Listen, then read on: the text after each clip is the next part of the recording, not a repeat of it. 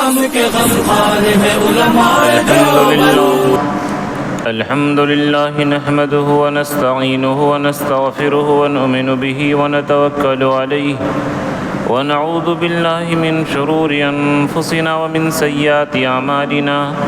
من يهد الله فلا مضل له ومن يضلل فلا هادي له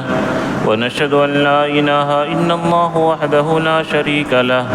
ونشهد أن سيدنا مولانا محمدا عبده ورسوله الذي أرسله بالحق بشيرا ونذيرا وداعيا إلى الله بإذنه وسراجا منيرا أما بعد فأعوذ بالله من الشيطان الرجيم بسم الله الرحمن الرحيم محسنين غير مسافحين وعن ابن عباس رضي الله تعالى عنهما أن رسول الله وعن ابن عباس رضي الله تعالى عنهما أن النبي صلى الله عليه وسلم قال أربع من أوتيهن فقد أوتي خير الدنيا والآخرة قلبا شاكرا ولسانا ذاكرا وبدنا على البلاء صابرا وزوجة لا تبغي حوبا في نفسها وماله أو كما قال عليه الصلاة والسلام كذا في الترغيب وعن سعد بن أبي وقاص رضي الله تعالى عنه قال قال رسول الله صلى الله عليه وسلم أربع من السعادة المرأة الصالحة والجار الصالح والمركب الهني والمسكن الواسع أو كما قال عليه الصلاة والسلام كذا في الترغيب صدق الله العظيم وصدق رسوله النبي الكريم ونحن على ذلك لمن الشاهدين والشاكرين والحمد لله رب العالمين۔ میرے محترم بزرگوں اور دوستو، تذکرہ چل رہا ہے نکاح کا، ان میں سے زوج صالحہ یعنی انتخاب جو کرے نکاح کرنے کے لیے، تو وہ اگر آپ کو لڑکی کی ضرورت ہو تو کیسی لڑکی کا انتخاب کریں، اور لڑکے کی ضرورت ہو تو کیسے لڑکے کا انتخاب کریں، اس کے بارے میں تذکرہ چل رہا تھا۔ کچھ حدیث بیان کی جا چکی ہے اور کچھ حدیث باقی رہ گئی، تو انشاءاللہ یہ ہفتہ مکمل کی جائے گی۔ خطبے میں میں نے جو حدیث پڑھی کہ اللہ کے رسول صلی اللہ علیہ وسلم فرمائے کہ جس آدمی کو چار چیز دی گئی تو سمجھیے کہ دنیا اور آخرت کی بھلائی اس کو دے دی گئی۔ کہ جس آدمی کو بنگلہ، کار، موٹر گاڑی، بڑی بڑی بلڈنگ اور دوسری چیز نہ ملے، لیکن اگر چار چیز یہ مل جائے تو سمجھیے کہ اس کو دنیا اور آخرت کی تمام بھلائی اور اچھائی مل گئی۔ ان میں سے ایک چیز ہے قلباً شاکراً، شکر کرنے والا دل۔ کہ ہم لوگ اگرچہ ہمارے پاس زیادہ پیسہ نہ ہو، بہترین گھر نہ ہو، دنیا کے آشائش کا زیادہ سامان نہ ہو، وقت اور حالات کے اعتبار سے فریج اور کولر اور اے سی نہ ہو، سادگی کے ساتھ زندگی گزارنے کا ہو، لیکن اگر ہمارا دل اسی پر شکر کرنے والا ہو تو سمجھیے کہ اللہ تعالیٰ نے دنیا اور آخرت کی نعمت دے دی۔ ہم لوگ سمجھتے ہیں کہ اربوں اور خربوں روپیہ اور کروڑوں روپیہ ہو تبھی وہ اللہ کی نعمت ہے۔ حالانکہ امام بخاری رحمۃ اللہ علیہ نے الادب المفرد کے اندر ایک حدیث نقل کی ہے کہ من اصبح آمنا فی سربہ ومعافا فی جسدہ وعندہ طعام رزقہ ویومہ فکأنما حیزت الدنیا او کما قال علیہ الصلاۃ والسلام۔ کہ جو آدمی اطمینان کے ساتھ گھر میں زندگی رات بسر کر لے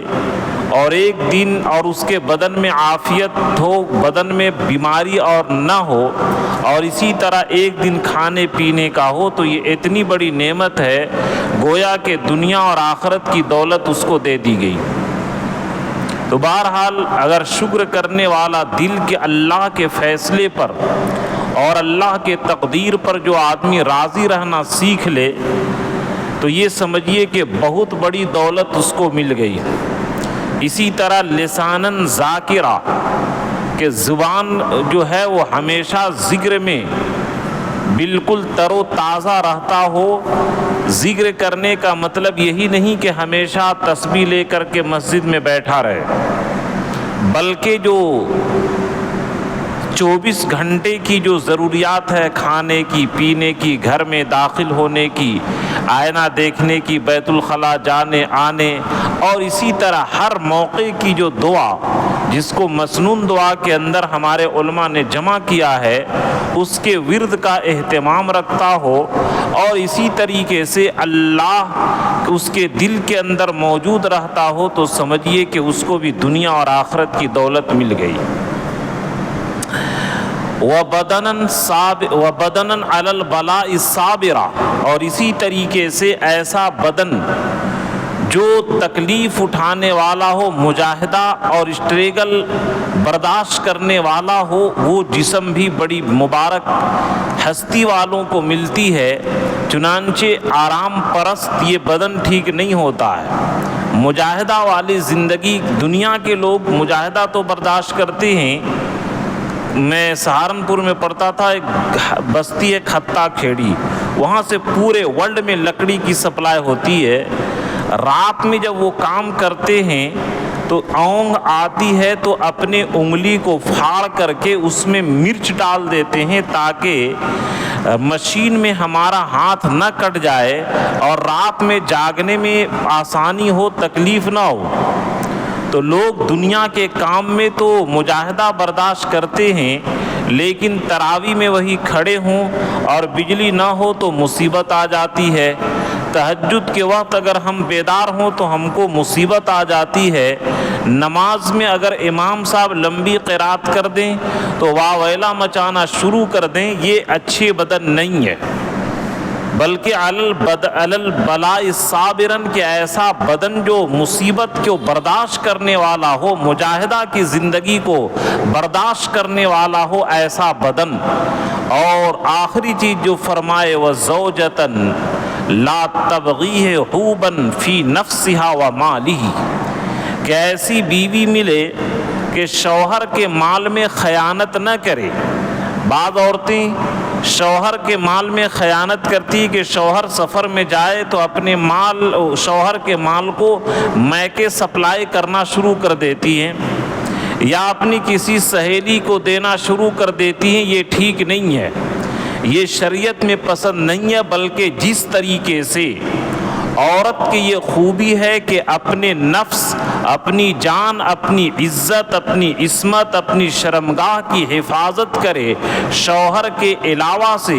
اسی طریقے سے شوہر کے مال کی بھی حفاظت کرے۔ تو جو عورت اپنی عزت آبرو کی بھی حفاظت کرے اور اپنے شوہر کے مال کی بھی حفاظت کرے، جس آدمی کو یہ چار چیزیں مل گئی، فقد اوتی خیر الدنیا والآخرہ، اس کو دنیا اور آخرت کی تمام بھلائی مل گئی۔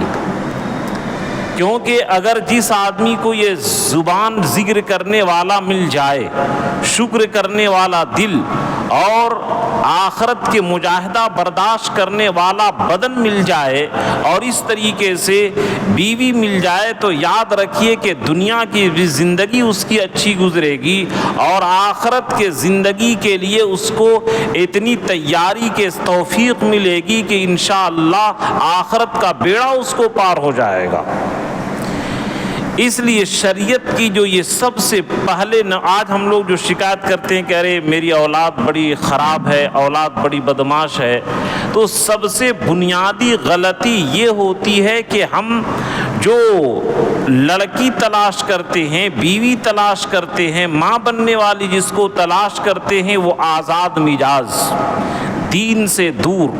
اللہ اور رسول سے جو محبت ہونی چاہیے وہ نہیں ہے۔ تو یاد رکھیے کہ جس طریقے سے جڑ ہوں گے اس کے شاخ بھی ویسی پھیلیں گے۔ تو جب اس کی جڑ ہی ٹھیک نہیں ہے تو شاخ شاید اللہ ماشاء اللہ کہ یہ ابراہیم علیہ السلام کی بات الگ ہے کہ ان کے باپ بت ساز تھے اور بت بنانے والے تھے، وہ اللہ کی طرف سے وہ بھی چیزیں ہیں، ورنہ اللہ کی جو سنت اور قانون ہے کہ جس طریقے سے عام طور پر ماں باپ ہوتے ہیں، اولاد بھی اسی طریقے سے بنتی ہے۔ غالباً عمر رضی اللہ تعالیٰ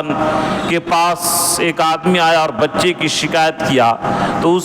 انہوں نے پوچھا کہ کیسی لڑکی سے شادی کیے ہو؟ تو بتایا کہ ایسی خراب لڑکی تھی، بے دین تھی اور نام بھی خراب رکھ دیا۔ عمر رضی اللہ تعالیٰ ڈانٹے کہ تم نے غلط ماں کا انتخاب کیا تو بچے کیسے تلاش کرتے ہو؟ تو اس لیے سب سے پہلے بنیادی چیز ہے کہ ہم اپنے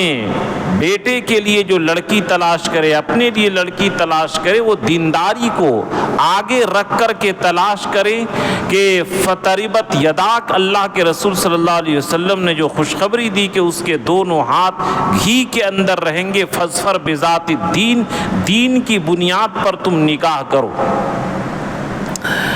اور یاد رکھیے کہ جس طریقے سے دین کو بنیاد بناتے، اسی طریقے سے کیسی عورت سے نکاح کرنی چاہیے۔ چنانچہ ایک حدیث میں ہے کہ اللہ کے رسول صلی اللہ علیہ وسلم کے پاس ایک صحابی آئے اور انہوں نے کہا کہ یا رسول اللہ، اصبت امرأة ذا منصب و مال و جمال الا انہا لا تلد افاتزوجها۔ اے اللہ کے رسول، میں رشتہ تلاش کر رہا تھا، مجھے رشتہ کرنے کی ضرورت ہے، نکاح کرنے کی ضرورت ہے۔ ایک عورت تو ملی ہے کہ مال والی بھی خوب ہے، خوب کروڑ پتی ہے، مال و دولت اس کے گھر میں ریل پیل ہے مال و دولت کا، منصب والی بھی ہے، عہدے والی بھی ہے، اچھے خاندان اور اچھے فیملی سے تعلق رکھتے ہیں، بڑے نامور لوگ ہیں، اور حسن و جمال کا بھی مالک ہے، لیکن خرابی یہ ہے الا انہا لا تلد، کہ اس کے خاندان کے اندر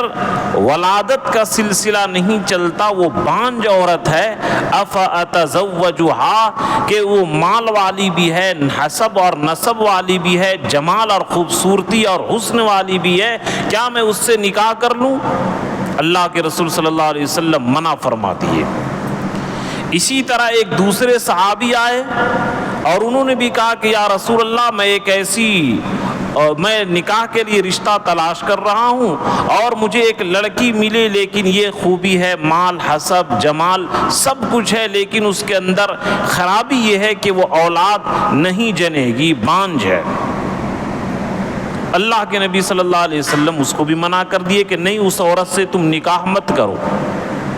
ایک تیسرے صحابی آئے اور انہوں نے بھی کہا یا رسول اللہ، اصبت امرأة ذا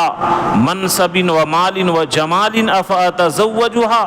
اے اللہ کے نبی، میں نے ایک رشتہ تلاش شروع کیا، ایک عورت کو پایا جو جمال بھی ہے، کمال بھی ہے، حسن بھی ہے، مال بھی ہے، ساری خوبیاں اس کے اندر ہے، مگر یہ ہے کہ وہ اولاد دینے کے لائق نہیں ہے، بانجھ ہے، کیا میں اس سے نکاح کر لوں؟ اللہ کے رسول صلی اللہ علیہ وسلم یہ تینوں صحابی کے بات سننے کے بعد فرمائے تزوج الودودا الولودا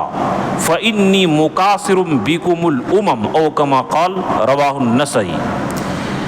کہ اللہ کے نبی صلی اللہ علیہ وسلم فرمائے کہ تم لوگ رشتہ کرنے میں جس طریقے سے دین کو دیکھا کرو کہ دینداری اس کے اندر ہے یا نہیں، اسی طریقے سے اس کے اندر یہ دیکھو تزوج الودود الولود،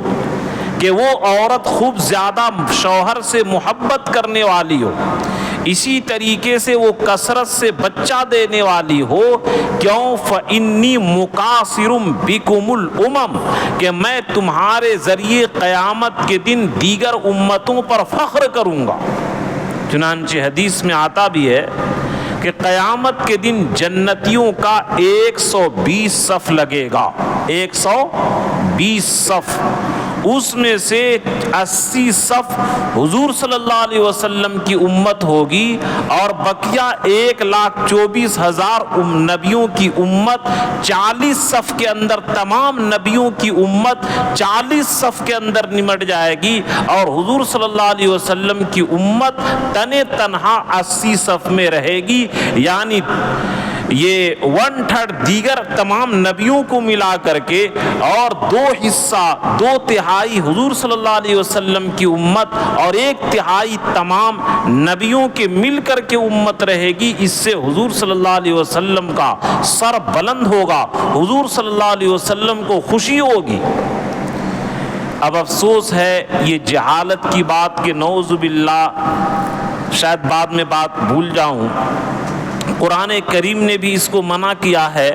وَلَا تَقْتُلُوا أَوْلَادَكُمْ خَشْيَةَ إِمْلَاقٍ، کہ تم اپنے اولاد کو غریبی کے ڈر سے قتل نہ کرو۔ یہ فیملی پلاننگ جو ہے یہ اسلام کے خلاف، حضور کے منشا کے خلاف، حضور صلی اللہ علیہ وسلم کے اس پر تو خوشی ہوگی، اور لوگ نعوذ باللہ کثرت سے بچہ جننے کو، اور کثرت سے اگر جس کے بچے زیادہ ہوں تو نعوذ باللہ مسلمان لوگ بھی اس پر ہنستے ہیں کہ یہ کیسا بے وقوف آدمی ہے کہ یہ زیادہ بچہ رکھتا ہے، یہ کیسا 3rd کلاس کا ہے، بیکورڈ لوگ ہیں کہ ان کی اولاد زیادہ ہے، حالانکہ یہ تو حضور صلی اللہ علیہ وسلم کی آنکھوں کی ٹھنڈک کا ذریعہ ہے، اور حضور صلی اللہ علیہ وسلم اس پر فخر کریں گے۔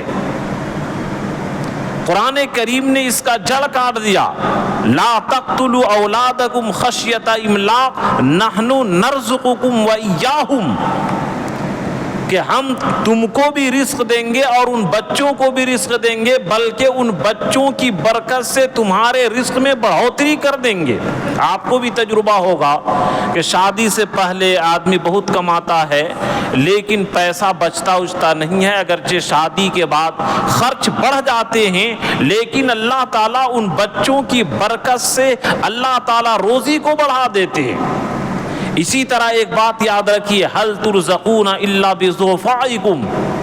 کہ اگر کوئی ہمارا اسٹاف بڈھا ہو گیا تو لوگ اس کو گدھے کی طرح نکال دیتے ہیں، ہمارا کوئی آدمی کام کرنے والا اپاہج ہے تو لوگ اس کو ذلیل نگاہ سے دیکھتے ہیں۔ لیکن یاد رکھیے نبی صلی اللہ علیہ وسلم کی بات کہ تم جو کروڑ پتی، ارب پتی، اور تمہارے یہاں مہینہ میں لاکھوں آمدنی ہوتی ہے، حل ترزقون الا بضعفائکم، جو لوگ کمانے کے لائق نہیں ہیں، بیوی بچے ہیں، بڑے ماں باپ بوڑھے ہیں، نعوذ باللہ اگر کوئی بہن بیٹی بیوہ ہو کر کے مطلقہ ہو کر گھر میں آ گئی تو لوگ اس کو بوجھ سمجھتے ہیں، حالانکہ وہ برکت کا ذریعہ ہے۔ اللہ کے نبی فرمائے کہ ان کی برکت سے حل ترزقون الا بضعفائکم، کہ تم کو ان ضعیف اور کمزور لوگوں کی وجہ سے رزق دی جائے گی۔ تو بہرحال اللہ کے نبی صلی اللہ علیہ وسلم فرمائے تزوج الودود الولود، کہ جو بہت زیادہ محبت کرنے والی ہو شوہر سے اور کثرت سے بچہ جننے والی ہو، ایسی عورت سے نکاح کرو۔ اب یہ تجربہ کیسے ہوگا؟ تو آپ فیملی خاندان کے بارے میں پتہ کیجئے کہ اس گھر اس فیملی کے عورتیں اور اس خاندان کی عورتوں کی عادت و اخلاق اور کردار اور کریکٹر کیا ہے، اپنے شوہر کے ساتھ یہ کس طریقے سے پیش آتے ہیں۔ اگر یہ شوہر کے حقوق ادا کرتی ہیں اور شوہر کے ساتھ اچھی زندگی گزارتی ہیں تو ایسی خاندان کی لڑکیوں کو آپ نکاح کرنے کے لیے منتخب کیجئے۔ اسی طرح اس کی ماں کو دیکھیے، اب تو یہ کیا محبت کے بارے میں پتہ چل جائے گا، لیکن بچہ، یہ عورت اس بچہ زیادہ جنے گی یا نہیں جنے گی، اس کے بارے میں بھی علماء نے لکھا ہے کہ اس کی ماں کو دیکھو کہ اس کی ماں کی عادت کیا ہے۔ عام طور پر جس کی ماں زیادہ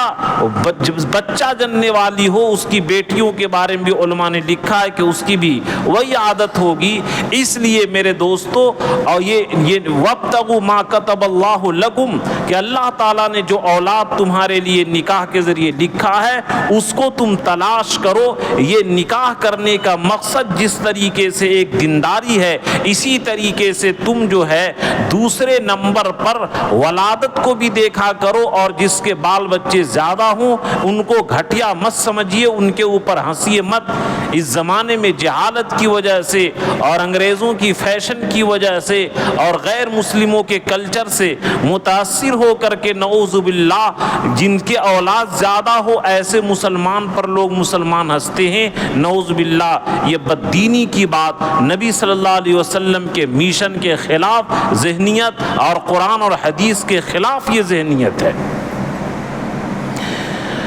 اور بعض لوگ یہ کہا ہے، میرے دوست ہے وہ کہا ہے کہ نکاح کیا اور نکاح کرنے کے بعد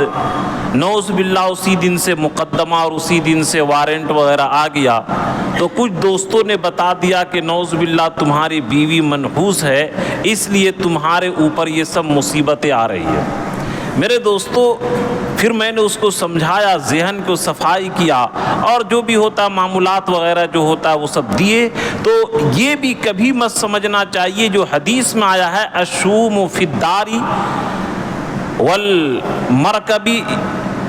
والمرأتی، کہ اگر یہ حدیث جو آئی ہے غالباً بخاری کے اندر بھی یہ روایت ہے کہ 3 چیز کے اندر منحوسیت ہوتی ہے، عورت کے اندر، سواری کے اندر اور گھر کے اندر۔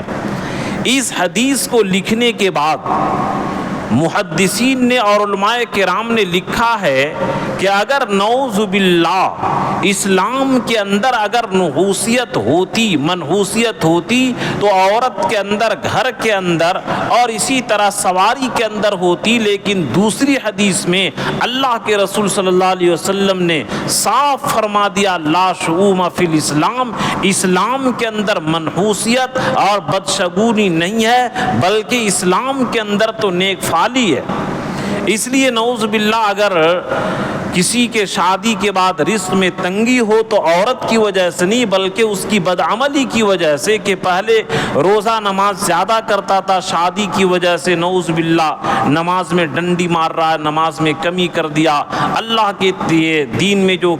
خدمت کرتی ہے یہ کام کرتا تھا وہ دین کی محنت کم کر دیا، اس وجہ سے رزق میں کمی ہوگی۔ بیوی کی وجہ سے رزق میں کمی نہیں ہوتی ہے، جہالت کی بات ہے۔ اللہ کے رسول صلی اللہ علیہ وسلم نے اس کی بھی تردید فرمائی ہے۔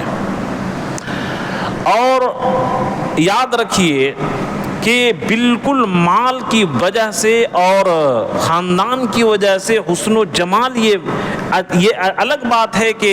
عورت کا حسن مرد کے مقابلے میں زیادہ ہو، عورت کا اخلاق مرد کے مقابلے میں زیادہ ہو، عورت کی دینداری مرد کے مقابلے میں زیادہ ہو، جس طرح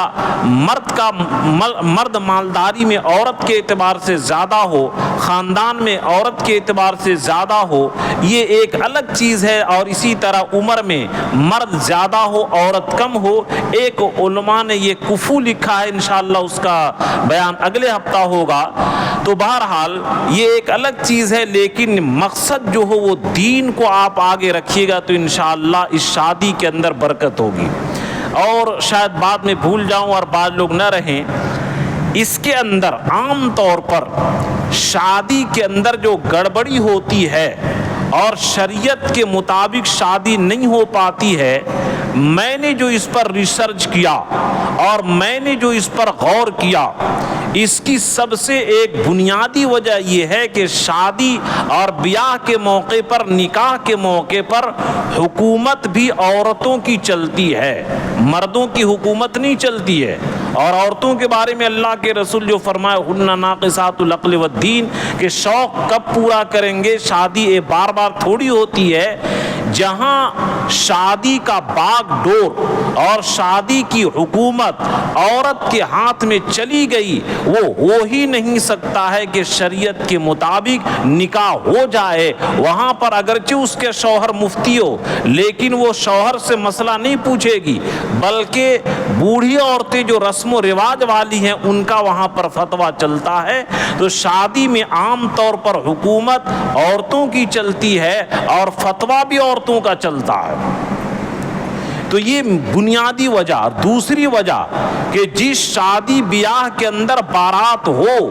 بارات کی وجہ سے خدائے پاک کی قسم وہ شریعت کے مطابق نکاح اور بیاہ ہو ہی نہیں سکتا ہے، شریعت کے اندر بارات ہے ہی نہیں ہے۔ یہ دو چیزوں کو میں نے مارک کیا ہے کہ یہ دو چیز، ایک عورتوں کی حکومت اور فتویٰ، اور دوسرا بارات کی تیاری، تو ہو ہی نہیں سکتا ہے کہ شریعت کے مطابق شادی ہو جائے۔ یہ بنیاد ہی اس کی غلط چلی گئی۔ اور خشت اول چو نہد میں مار کج تا سریا می روت دیوار کج، اور جب بنیاد اس کی غلط رکھا گئی تو کا آخری تک سریا تک بھی چلے جائیے، اس کی دیوار ٹیڑھی چلی جائے گی۔ اس لیے حضرت شیخ الحدیث رحمۃ اللہ علیہ کے ہم نے اپنی ان آنکھوں سے آپ بیتی میں پڑھا۔ حضرت شیخ الحدیث رحمۃ اللہ علیہ لکھے ہیں کہ میں 20 شادی کیا، لیکن مجھے نکاح کرنے میں ایسا لگا جیسے کہ 2 رکعت نماز پڑھتا، کہ میں نے 2 رکعت نماز پڑھی، ایسے لگا جیسے نکاح میں نے اپنے بیٹے کی، بیٹی کی، نواسی کے، بھانجے کی، جو میرے ماتحت کے لوگ ہیں، میں نے 20 نکاح کیا، لیکن 2 رکعت نماز پڑھنے جتنا وقت لگتا ہے اور جو لگتا ہے اس سے زیادہ مجھے مشکل نہیں لگا۔ 20 نکاح کرنے میں ایسا لگا گویا کہ میں نے 2 رکعت نماز پڑھی۔ اس طریقے سے میں نکاح کے مسئلے کو حل کر دیتا تھا۔ تو ان کے گھرانوں میں برکت، اولاد اچھی، نسل اچھی، اور الحمدللہ ان کے یہاں رزق کی آج کوئی کمی نہیں ہے۔ تو بہرحال یہ نکاح کرنے کے اندر ان باتوں کا خیال رکھیں۔ اسی طرح ایک حدیث کے اندر ترغیب کے اندر اللہ کے نبی صلی اللہ علیہ وسلم فرمائے اربع من السعادتی، کہ یہ 4 چیزیں جو ہے وہ آدمی کی نیک بختی، یعنی نیک بخت ہے اور اس کے اچھی تقدیر والا ہے، اس کی قسمت اچھی ہے جس کو یہ 4 چیزیں مل جائے۔ ان میں سے ایک چیز ہے المرأۃ الصالحہ، نیک بیوی۔ نیک بیوی کون ہے؟ پچھلے جمعہ میں نے حدیث کے حوالے سے بیان کیا تھا کہ نیک عورت کی پہچان یہ ہے ان امرہا اطاعتہ، کہ اگر شوہر کسی کام کا حکم کرے، یہ نہیں کہ آپ تو برابر ہم کو فرمائش کرتے رہتے ہیں اور آپ ہمیشہ ہم کو آرام کا خیال نہیں رکھتے ہیں، جب سے میں بیاہ ہو کر کے اس گھر میں آئی ہوں ہمیشہ نوکرانی کی طرح رہتی ہوں، یہ نہیں۔ اگر شوہر کسی کام کا حکم کرے، شوہر کو بھی لحاظ رکھنا چاہیے کہ حد سے زیادہ اس کے بوجھ نہ ڈالے اور خود بھی اس کی رعایت کرے، لیکن اگر حکم کرے تو اس کی پیروی کرے۔ وَإِن نَظَرَ إِلَيْهَا أَسَرَّتْهُ، کہ اگر اس کو دیکھے تو اپنے حسن اخلاق کے ذریعے شوہر کے مزاج کو خوش کر دے۔ وَإِن غَابَ عَنْهَا نَصَحَتْهُ فِي نَفْسِهَا وَمَالِهِ، اور اگر شوہر اس کو چھوڑ کر کے چلا جائے تو وہ اپنی عزت آبرو کی بھی حفاظت کرے اور شوہر کی مال کی بھی حفاظت کرے۔ یہ نیک بیوی کی پہچان حدیث پاک کے اندر بیان کی گئی ہے۔ تو بہرحال نیک عورت، المرأۃ الصالحہ، نیک عورت جس کو مل جائے وہ خوش قسمت اور اچھی تقدیر والا ہے۔ اسی طریقے سے والمسکن الواسع، کہ جس کو لمبا چوڑا گھر، کشادہ گھر ملے۔ آدمی اب چاہے زیادہ قیمتی بنانا چاہتا ہے گھر، قیمتی اور ٹائلز مارول کے بجائے آپ گھر کو لمبا چوڑا بنانے کی کوشش کیجئے کہ اس کے اندر زیادہ روم ہو، ہر ایک کے الگ الگ روم ہوں، اس کا خیال کرنا چاہیے۔ اسی طریقے سے والمرکب الحنی، کہ اچھی سواری جس کو مل جائے، بہترین گاڑی ہو۔ اور اسی طریقے سے والجار الصالح، نیک پڑوسی، تو اچھی بیوی، نیک پڑوسی، لمبا چوڑا کشادہ گھر اور اچھی سواری جس کو مل جائے، اربع من السعادت، تو یہ خوش قسمتی اور اچھی نیک بختی کی باتوں میں سے ہے۔ واربع من الشقاء، اور اس کے خلاف 4 چیزیں جو ہے وہ بدبختی میں سے ہے۔ انہی میں سے ایک کیا؟ المرأۃ السوء، نعوذ باللہ،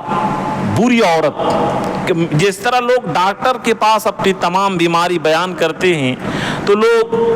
کیا مجھ جیسے گناہگار کے دعا تعویذ کے لیے یا دعا کرنے کے لیے لوگ کہتے ہیں، تو بعض مرد لوگ دہاڑے مار مار کر کے روئے کہ جب سے میں نکاح کیا ہوں بیوی ہمیشہ ناک میں دم کر کے رکھتی ہے، اور اللہ کے نبی نے بھی پناہ مانگی ہے، اللہم انی اعوذ بک من امرأۃ تشیبن قبل المشیب، اے اللہ میں ایسی عورت سے پناہ چاہتا ہوں جو بوڑھا ہونے سے پہلے بوڑھا کر دے۔ اس لیے مال اور دولت کی بنیاد پر، حسن کی بنیاد پر نہیں، دین کی بنیاد پر نکاح کیجئے، انشاءاللہ 90% کا الحمدللہ لوگ کامیاب رہتے ہیں جو دین کی بنیاد پر نکاح کرتے ہیں۔ تو بری عورت، اسی طریقے سے برا پڑوسی اور بری سواری اور والمسکن الضیق اور تنگ گھر، خاص کر کے جن کے بچے بڑے ہو گئے اور نعوذ باللہ ایک ہی 2 روم ہو، تو وہاں دیکھیے کہ کس طریقے سے پریشانی ہوتی ہے۔ لیکن یہاں پر ایک سوال ہوتا ہے کہ نعوذ باللہ کوئی آدمی غریب ہے، پیسہ بھی نہیں ہے، گھر بھی تنگ ہے، پڑوسی بھی بدماش مل گیا، بیوی بھی بدماش مل گئی، اور سائیکل تو ہے ہی نہیں تو بہترین سواری کیا، تو نعوذ باللہ کیا وہ آدمی بدبخت ہے؟ تو حدیث کا منشا یہ نہیں کہ نعوذ باللہ اللہ تعالیٰ اس سے ناراض ہیں، بلکہ منشا یہ ہے کہ اگر جس آدمی کو اچھی بیوی، اچھا پڑوسی، اچھی سواری، لمبا چوڑا گھر نہ ملے اور اللہ کے فیصلے پر راضی ہو اور وہ شکر کرتا ہو، وہ بھی اللہ کے نزدیک محبوب ہے۔ یعنی اس کا یہ مطلب نہیں کہ اللہ اس سے ناراض ہے اگر یہ چاروں چیز نہ ملی تو، لیکن اگر جس کو مل گئی تو جس طرح اللہ تعالیٰ کسی کو پیسہ، حسن دے دیتے ہیں، لیکن وہ جس اللہ کی طرف سے ذالک فضل اللہ یؤتیہ من یشاء، اللہ تعالیٰ اپنا فضل جس کو چاہتے ہیں بڑھا کر کے دیتے ہیں، اللہ کے فیصلے پر راضی رہنا چاہیے۔ اب یہاں پر عام طور پر لوگ رشتہ کرنے میں نعوذ باللہ دینداری کو لوگ نہیں دیکھتے۔ حضرت تھانوی رحمۃ اللہ علیہ اس پر بڑی زور دیتے تھے، اور حضرت تھانوی رحمۃ اللہ علیہ نے باضابطہ ایک کتاب لکھی ہے اسلامی شادی، یعنی رشتہ لے کر کے تمام چیزوں کے اس کے اندر یہ شادی سے لے کر کے یہ بیوی بچے کے کیسے رکھنا چاہیے، تمام مسائل کو الحمدللہ انہوں نے جمع کیا۔ اس کے اندر انہوں نے لکھا ہے کہ دیکھیے گمراہی جو بددینی جو ہوتی ہے وہ 3 طریقے سے، ایک اصولی اعتقادی، یعنی اصول کے اندر ہی نعوذ باللہ اس کے اندر گمراہی ہو، جیسے کہ قادیانی لوگ کہ نعوذ باللہ حضور صلی اللہ علیہ وسلم کے بعد آخری نبی مانتے ہیں کہ اس آخری نبی کے بعد اور بھی نبی آئیں گے، اسی لیے تمام علماء کا اتفاق ہے کہ قادیانی کافر ہیں۔ جس طریقے سے ایک کافر سے مسلمان کا نکاح نہیں ہوگا، زناکاری ہوگی، اسی طرح اگر کوئی مسلمان قادیانی سے نکاح کر دے ہمیشہ ہمیں زناکاری ہوگی، اور جس طریقے سے اپنی بیٹی کو کوٹھا پر کوئی بیٹھا دیتا ہے مجرم ہے، اسی طرح ایسے کافر سے نکاح کر دے وہ مجرم ہے۔ تو ایک اعتقادی اصول، یعنی جو بالکل اسلام کے اندر ہی نعوذ باللہ فرق ہو، ایسے لوگ تو صرف بھلے وہ اپنے آپ کو مسلمان کہیں لیکن وہ شریعت کی نگاہ میں مسلمان نہیں ہے، ان میں سے قادیانی ہے۔ دوسرا اہل قرآن، اہل قرآن جو حدیث کو نہیں مانتا ہے کہ نعوذ باللہ حدیث ہے ہی نہیں، صرف ہم قرآن کو مانیں گے، وہ بھی کافر ہیں۔ جس طرح قادیانی کے اوپر کفر کا فتویٰ ہے، اسی طریقے سے اہل قرآن کی جماعت پر کفر کا فتویٰ ہے، ان سے نکاح ہوگا ہی نہیں۔ جس طرح کوئی آدمی اپنے بیٹی کو یا اپنے لڑکا کو کافرہ عورت سے نکاح کرے، نکاح نہیں ہوگا، زناکاری اور حرام کے اولاد ہوں گے، اسی طرح یہ سرے سے نکاح ہوگا ہی نہیں۔ دوسری چیز اعتقادی فروعی مسئلے کے اندر، جیسے کہ شیعہ ہو گئے، بریلوی ہو گئے، اور بھی نعوذ باللہ جتنے بھی گمراہ فرقے ہو گئے، اگر ان کی بدعت اور ان کی بدعملی کفر کے حد تک پہنچ جاتا ہے، جیسے نعوذ باللہ بعض دوستوں کے بہنوں ایک کیا ہے نام نہیں لیں گے، ان لوگوں نے یہی کہا کہ نعوذ باللہ نہیں کمائیں گے تو اللہ تعالیٰ کھلا دیں گے، اور ہم تو یہ قبر والوں سے اس طریقے سے مانگتے ہیں جس طریقے سے ہم بیوی بچوں کو حکم کرتے ہیں، اس طریقے سے اگر وہ قبر کو سجدہ کرے اور نعوذ باللہ غیر اللہ کے نام پر نظر و نیاز چڑھاویں، اگر ان کا عمل کفر کی حد تک پہنچ جاتا ہو تو نعوذ باللہ یاد رکھیے گا کہ وہ بھی ایمان کے سرحد سے نکل کر کے کفر میں داخل ہو گئے۔ اس لیے میرے دوستو یہ کان کھول کر کے، چونکہ اصل مسئلہ آخرت کا ہے اور آخرت کے اندر الاخلاء بعضهم لبعض عدو الاخلاء یومئذ بعضهم لبعض عدو الا المتقین، کہ قیامت کے دن سارے لوگ جو غیر ایمان والے ہوں گے ایک دوسرے کے دشمن بن جائیں گے، صرف ایمان والے آپس میں دوست باقی رہیں گے۔ اس لیے بالکل ٹھوک ٹھٹھا کر کے اور بالکل مضبوطی کے ساتھ کہ اس کا عقیدہ صحیح ہے بھی نہیں، نعوذ باللہ بہت سارے اس زمانے کے اندر عیسائی اسکول میں پڑھے، وہ روزہ بھی رکھ رہے ہیں، حج بھی کر رہے ہیں، نماز بھی پڑھ رہے ہیں، لیکن عیسائی لوگ ان کے ذہن میں یہ ایسی بات بیٹھا دیے کہ عیسیٰ علیہ السلام نعوذ باللہ اللہ کے بیٹے ہیں، اگرچہ وہ نماز پڑھے، حج کرے، قربانی کرے، لاکھوں روپیہ مسجد مدرسہ میں چندہ دے، لیکن اس عقیدہ کفریہ کی وجہ سے وہ لڑکا مسلمان نہیں ہے بلکہ کافر ہے، اور جس طریقے سے کافر سے نکاح حرام ہے، یا ایھا الذین آمنوا لا تنکحوا المشرکات، کہ ایمان والو مشرک عورتوں سے نکاح نہ کرو، اسی طرح بیٹیوں کو مشرک مرد سے نکاح نہ کرو، یہ قیامت تک کے لیے فیصلہ ہے۔ یعنی جن کا بھی عمل دیکھیے کافر ہونے کی، اسی لیے میں یہ مسئلہ بار بار آپ کے سامنے بیان کیا ہوں کہ مسلمان ہونے کے لیے تو تمام شریعت پر ایمان لانا ضروری ہے، لیکن ایمان سے نکلنے کے لیے تمام شریعت کا انکار ضروری نہیں، بلکہ صرف ایک ضروریات دین کا انکار کر دے، کافر ہونے کے لیے وہی کافی ہے۔ اگر وہ عقیدہ رکھتا ہو کہ نعوذ باللہ عیسیٰ علیہ السلام اللہ کے بیٹے ہیں، اس طریقے سے ان کی ذہنیت کہ یا اسی طرح نعوذ باللہ ہم بار بار یہ کہا ہے، کئی بار ہم آپ سے عرض کر چکے ہیں کہ اگر کسی اسکول میں مسلم کلچر ہو، اگرچہ وہاں پڑھائی کمزور ہو، اپنی اولاد کو وہیں پڑھائیے، اور اگر کسی غیر مسلم اسکول میں وہاں پوجا کرایا جاتا ہو، یہ سوریہ نمسکار کرایا جاتا ہو، وہاں پر نعوذ باللہ کفریہ اعمال کرائے جاتے ہوں، اپنے اولاد کو وہاں پر نہ پڑھائیے، اپنی اولاد کے ایمان کی حفاظت کیجیے۔ یہ جو اس زمانے کے اندر کہ لاکھوں لاکھ ہماری بیٹیاں غیر مسلموں سے نکاح کر لیے، ڈائریکٹ نہیں ہوئی،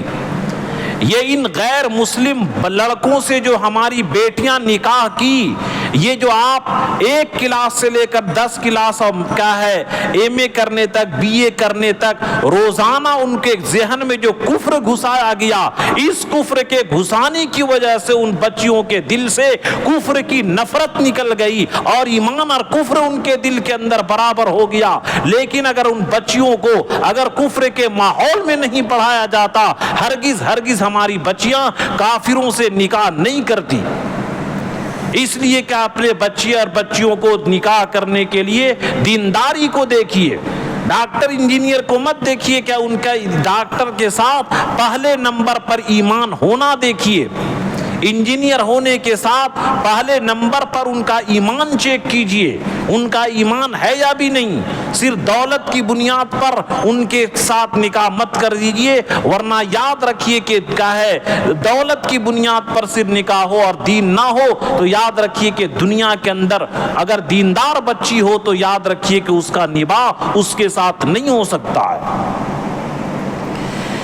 تیسرے نمبر پر فاسق اور فاجر کہ اگر لڑکی ہماری دیندار ہے، نماز کی پابند ہے، پردے کی پابند ہے، ہرگز ایسے گھر میں نکاح مت کیجئے جہاں پر لڑکا شوہر کہتا ہو کہ ہمارے دوست سے ملو۔ میرے سامنے یہ واقعات ہے کہ لڑکی دیندار تھی، شوہر نے کہا کہ تم کو میرے دوستوں کے ساتھ گھومنا پڑے گا، میرے دوستوں سے ملنا پڑے گا، میرے دوستوں سے ہاتھ ملانا پڑے گا۔ اس بچی کے اندر دینداری تھی، اس نے کہا میں اللہ کو راضی رکھوں گی، تم چاہے تمہارے ساتھ نکاح کا رشتہ رہے یا نہ رہے، میں خدا کی بغاوت اور نافرمانی نہیں کر سکتی ہوں، چنانچہ خلا کرانا پڑا۔ اس لیے میرے دوستو، یہ جن کا ایمان خطرے میں ہے ان سے ہرگز نکاح ہی نہیں ہوگا۔ اسی طرح جن کے جو گمراہ فرقے ہیں، تمام طرح کے لوگ، ان تمام آپ اہل سنت والجماعت حنفی علماء دیوبند میں سے ہیں۔ آپ جس طریقے سے صحیح العقیدہ مسلمان ہیں، اگرچہ لڑکا اور لڑکی غریب رہے، چن کر کے دینداروں میں نکاح کیجئے۔ کسی بھی گمراہ فرقے کے یہاں خاص کر کے لڑکیوں کو خود اپنی بات کہ اگر وہ محلے کے یہ گاؤں جو چھوڑنا پڑا صرف بدعتیوں کی وجہ سے، کہ کتنا ہی سمجھائیے ان کے ذہن میں جو رسوخ ہو چکا ہے کہ یہ رسول کو نہیں مانتے، اور طرح طرح کے جو مقابلہ آرائی ہوتی ہے، اس لیے کیا بہت سارے دینداروں کو اپنے وطن کو چھوڑ کر کے ہجرت کرنا پڑتا ہے، اور زندگی بھر وہاں پر لڑکی دکھی رہتی ہے، روتی ہے۔ خاص کر کے میرے ساتھ چونکہ جس طرح ڈاکٹر سے لوگ ہر بیماری کو بتاتے ہیں، مجھ جیسے گناہگار کو بھی کیا بات آتی ہے، وہ لڑکیاں روتی ہے کہ میرے ماں باپ ایسے گاؤں میں ایسے لڑکے کے ساتھ شادی کر دیے جس کے اندر دینداری نہیں، یاد رکھے پھر نسل اسی طریقے سے چلے گی۔ لڑکیوں کو لا کر کے تو یہ گنجائش ہے کہ ان کو اپنے صحیح العقیدہ مسلمان ہم بنائیں گے، لیکن لڑکیاں شوہر کے تابع رہتی ہے، ہماری لڑکیوں کی بھی دینداری خطرے میں پڑ جاتی ہے۔ بہت ساری لڑکیاں جو نماز کی پابند تھی، لیکن ایسے گھر میں رشتہ ہوا جو بالکل آزادی ہے، وہاں پر انہوں نے نماز پڑھنا چھوڑ دیا، کیونکہ صحبت کی اثر آگ کی طرح مؤثر ہوتی ہے۔ اس لیے میرے دوستو، اگر آپ اپنی بچیوں کو دیندار بنائے ہیں، پیسہ کم رہے لیکن دیندار لڑکے سے نکاح کیجئے۔ دنیا داری کی وجہ سے کبھی بھی کیا نعوذ باللہ بددین لڑکے سے نکاح مت کیجئے۔ انشاءاللہ یہ کفو کا مسئلہ اگلے ہفتہ آئے گا، کہ جس طریقے سے یہ فقہائے کرام نے جو کفو کا مسئلہ لکھا ہے، یہ اسی لیے لکھا ہے تاکہ ان کی زندگی صحیح سے گزرے۔ یہاں پر انشاءاللہ اگلے ہفتہ کفو کے معنی آتے ہیں برابری کے، کہ لڑکا اور لڑکی بہتر ہو کہ ایک برادری کے ہوں، ایک جیسے ہوں، اور عمر کے اندر کفو کیا ہے، دینداری کے اندر کفو کیا ہے۔ چنانچہ تھانوی رحمۃ اللہ علیہ نے صاف لکھا ہے کہ سنیہ لڑکی نعوذ باللہ بدعتی اور شیعہ کا کفو نہیں ہو سکتی ہے۔ اب لڑکیاں اپنے سے نکاح کر لیتی ہیں۔ یاد رکھیے کہ یہ ایک بات یہ بھی مسئلے یاد رکھیں کہ لڑکے اور لڑکیاں اپنی مرضی سے نکاح کرتی ہیں، بھلے نکاح جائز ہو جائے گا، لیکن اس نکاح کے اندر برکت نہیں رہے گی۔ اور اللہ کے نبی صلی اللہ علیہ وسلم نے ایک حدیث کے اندر کتنی ناراضگی کا اظہار کیا، ایما امرأۃ تزوجت بغیر اذن ولیہا فنکاحها باطل باطل باطل، کہ جو لڑکی